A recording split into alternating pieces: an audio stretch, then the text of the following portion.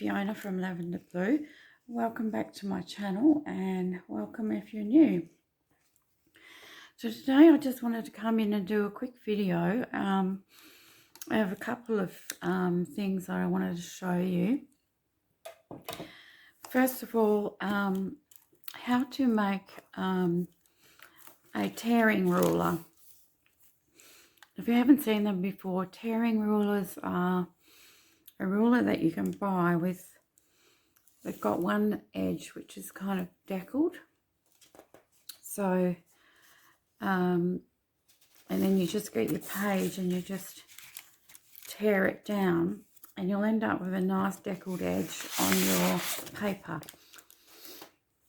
And I like the look of the deckled edge on the papers, and I don't have a tearing ruler, so I was watching a couple of other tutorials on ways that you can do this. There's a couple of different ways. One way was I saw people using a little craft iron, and then they were just putting the very edge of the iron into the plastic and melting out little bits. But I only have a big iron, and I thought that would be just far too hard to do it that way.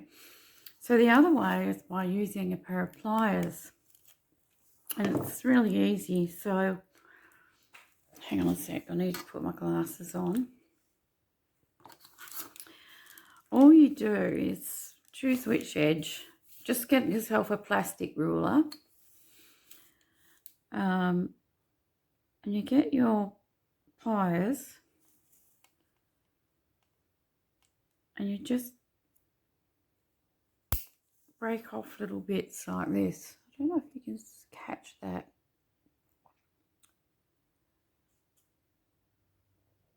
I think you can. I've already started doing a few little bits.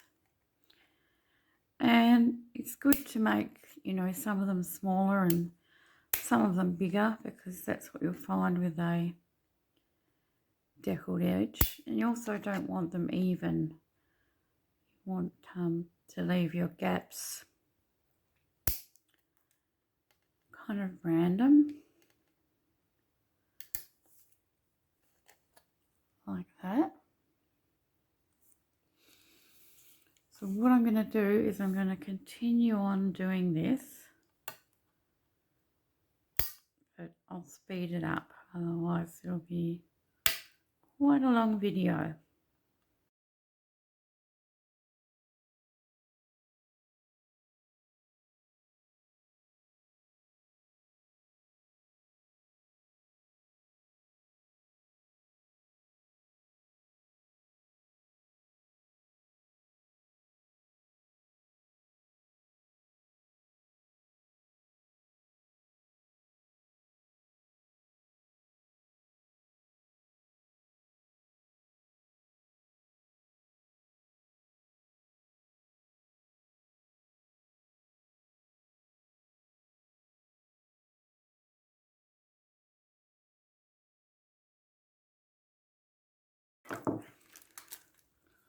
Okay, so I've done all the way up the edge of my ruler.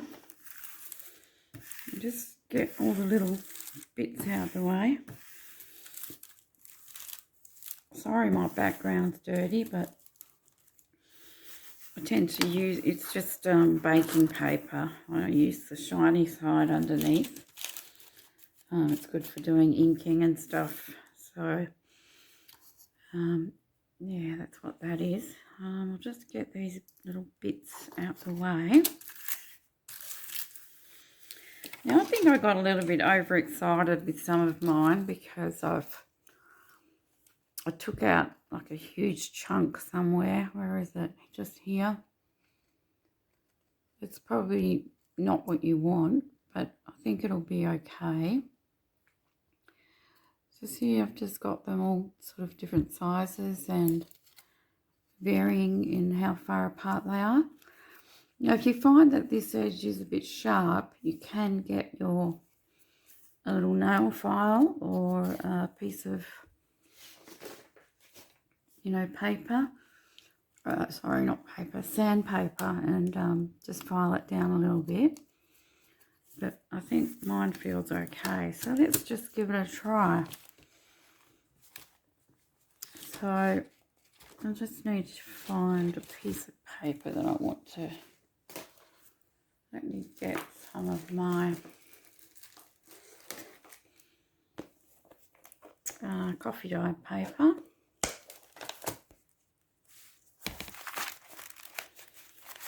Or tea dyed paper.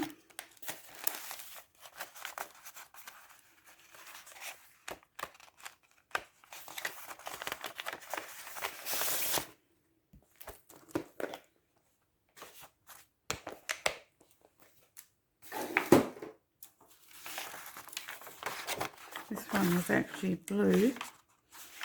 I had lots of blue copy paper and I wanted to use it up, but I think it looks okay, coffee dyed, yeah.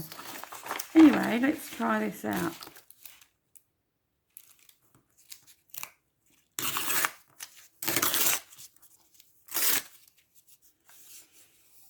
There we go. Now I've got that nice deckled edge on my papers. Let's see. Let's just do the other side. In case I want to use this as a page.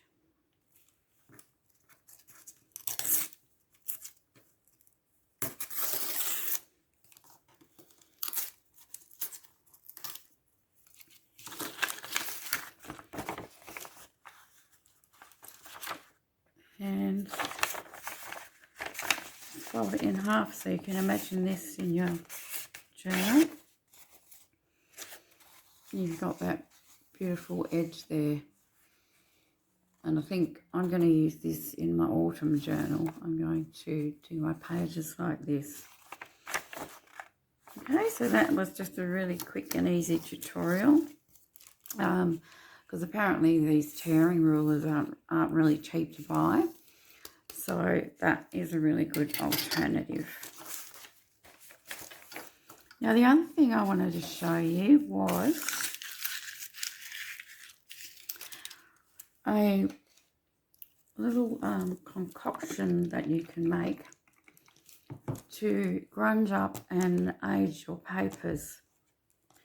And it's a good way if you haven't got time to actually coffee dye, or if like me you only have an inkjet printer and so you can't paint over it with coffee afterwards because it will smudge, and you can't paint the back either because it will go through and smudge your paper. So I've got this mixture here that I used, and it's very simple to make it. I'll show you some papers that I've done. So this was just a print of one of my neutral papers, okay? So on the back was white. So I have painted on my mixture onto the back. And you can see how it's grunged it up. And it did not run through to my print. So it didn't smudge my print. Which if I'd have tried to do that on the back with just coffee, it would have just gone straight through and ruined my image. And then I did it again on this one. And then I decided to flick the brush and add a few extra spots. So when you turn this one over, where I've just brushed it, it's fine, but the actual spots come through. So if I don't want that, then I won't do that, but it's fine on this paper because it just adds more of a grungy look to this page, or an old tattered look.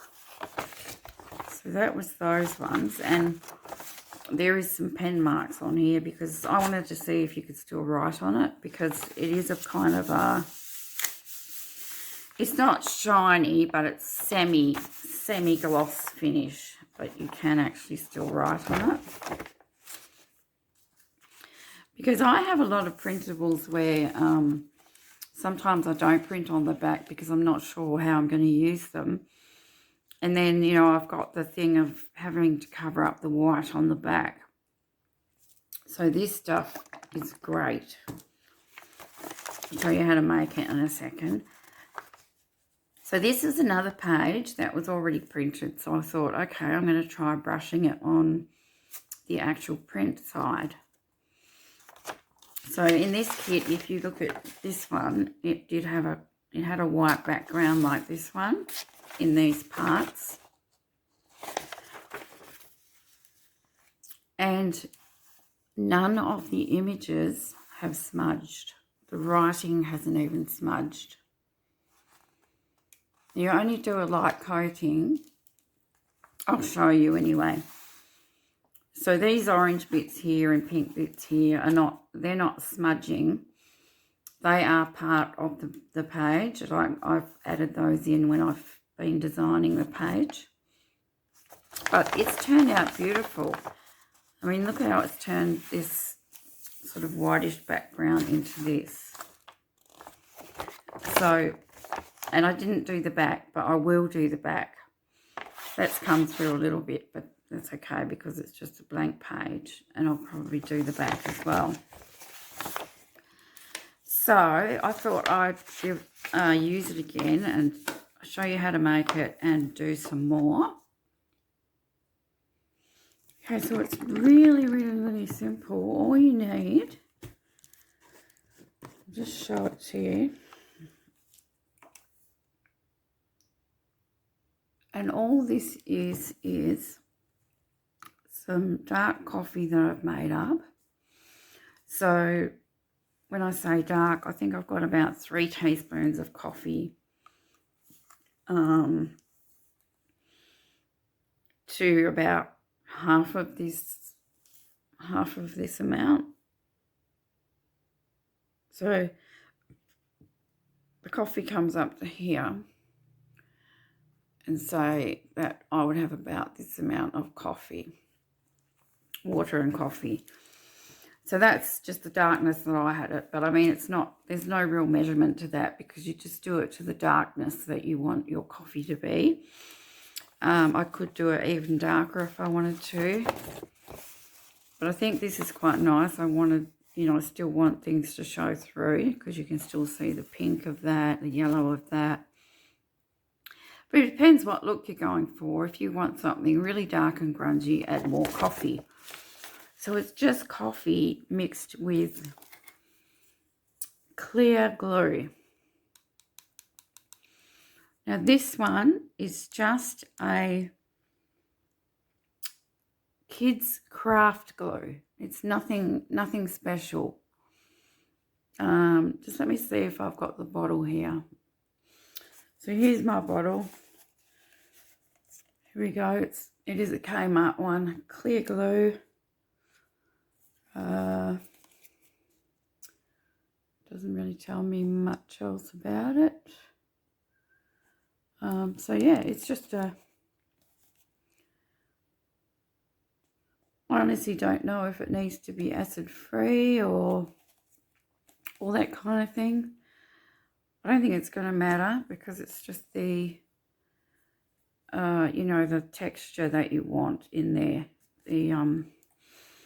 So what it's doing is it's making that liquid coffee into more of a glaze. So because if this was just coffee, this would still run.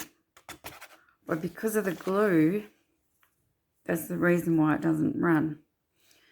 So now as far as amounts go, I'm pretty sure, yeah, I put half coffee and half clear glue. You might want to play around with it.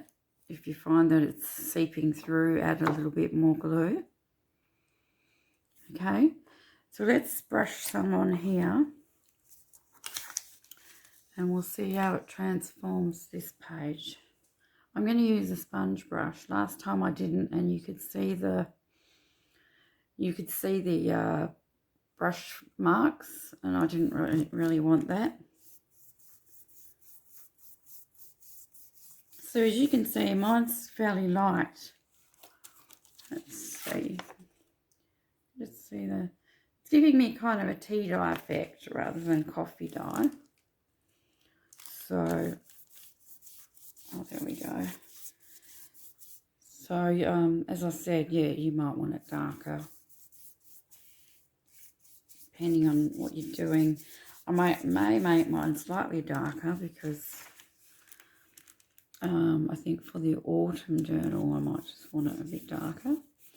But you can do this on all your ephemera, tags, you know, anything like paper bags,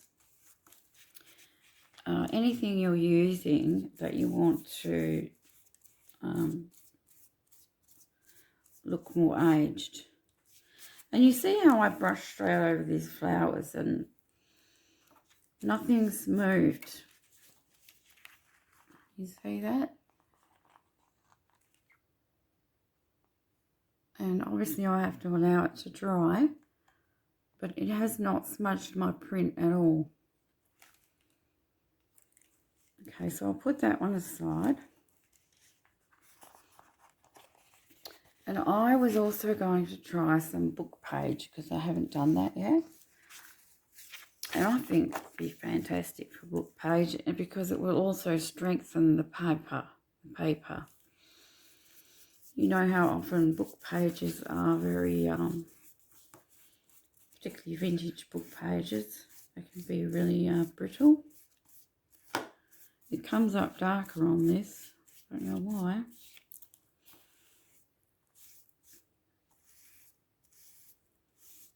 But I like that, that's really nice. So if you've got book pages that are not so old and you want to make them look older, this is just brilliant.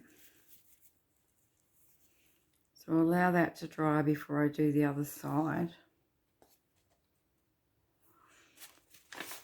I'm going to go back in on this one that I've already done, but I'm going to do the back.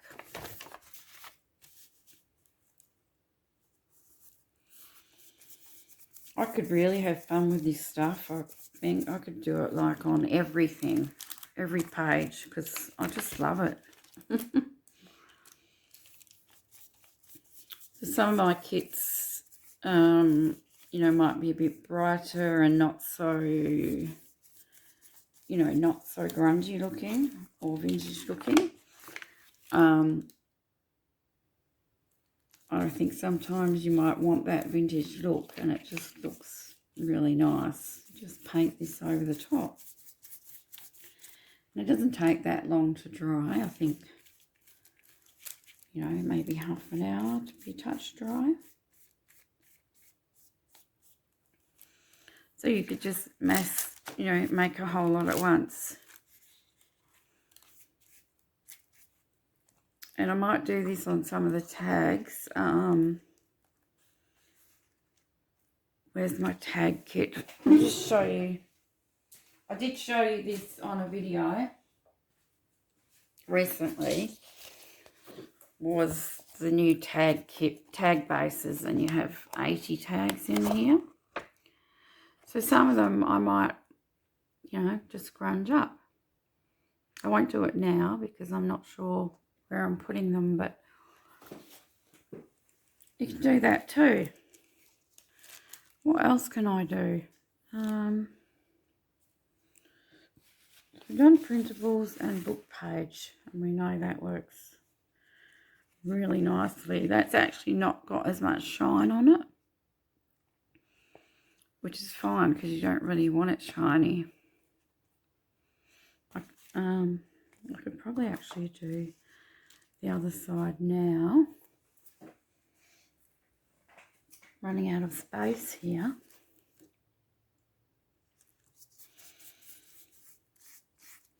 Now you could do it on brown paper, you know, make it a bit darker, particularly if you might be using it for a cover of a book. I'm going to try that out. I think that would be really nice. You can stain your glassine bags, parchment paper. I'm running out of space. I've got actually some patty pans here because I was going to experiment with turning these into different pockets as well. This is just, I think they're just made out of parchment paper. So let's have a look on this this plain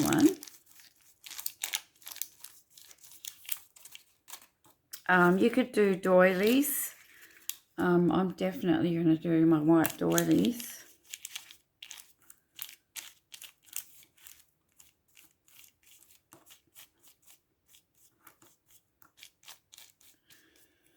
Okay, look at that. Lovely. And we'll just test out one that's already got a pattern on it as well. So, like I said, if you've got bright coloured printables or paper, any paper, and you want it to look more vintage, you can just brush straight over the top of it.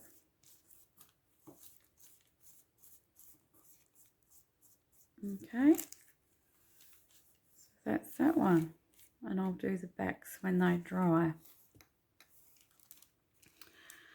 Okay, so coffee, as dark as you want it, and about half white glue, half and half. Alright, I'll just put my brush in the water. So, okay, so we've got that and the tearing ruler. So I hope you learned something helpful from this. Thanks very much for watching, and hopefully I'll see you in the next video. Bye bye.